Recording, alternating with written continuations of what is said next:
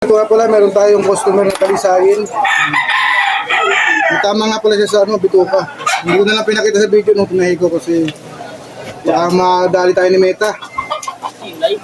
Yan o. Tama niya sa kanipisan.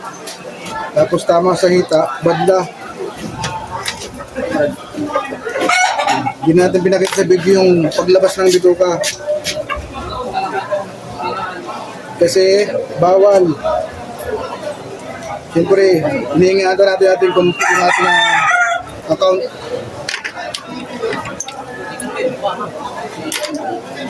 Lagyan na lang siya ng gamot. Pag sa bituka nga pala mga lods yung tama niya, nabubuhay. Kaya lang 60-40 yung chance.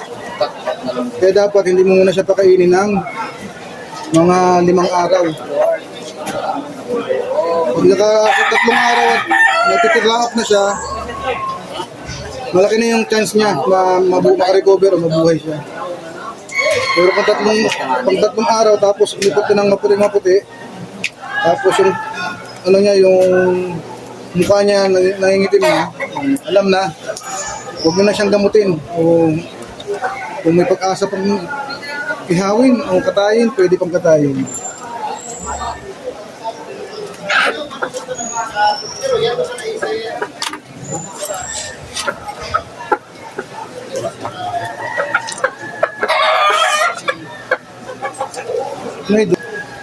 Tahiin natin yung kanyang laman sa hita. Bali na, tahi ko na siya sa kabila kanina. Tapos yung video, natahi na rin natin. Maganda naman yung kanyang mukha, hindi naman siya nangingitim, umumutla. Kaya sigurado akong buhay ito. Kasi madali namang malaman mga lods kung may tama talaga sa lamang loob. Tignan nyo lang yung mata niya, yung itim ng mata. Tapos yung puwit niya, para malaman kung may tama sa bituka, hihipan mo lang, ganyan. Pag gumalaw agad, ibig sabihin walang tama yung mga bituka niya. Ganun yun. Kaya sana may natutunan kayo kahit konti, mga lods. Bigyan ulit natin siya ng siling powder.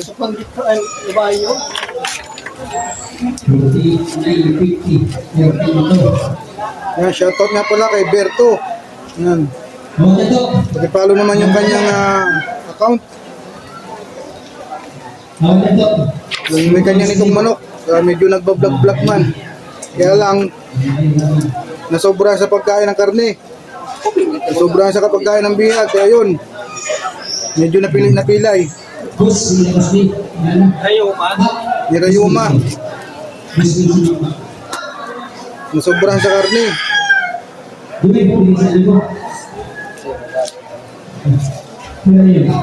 Yan mga lods, tapos na natin tahiin.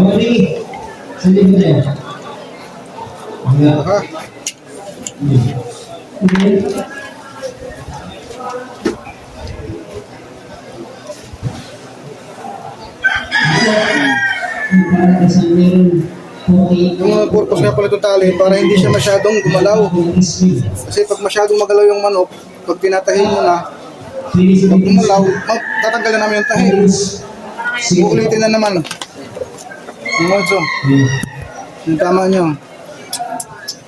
Dito kahan. Eteng.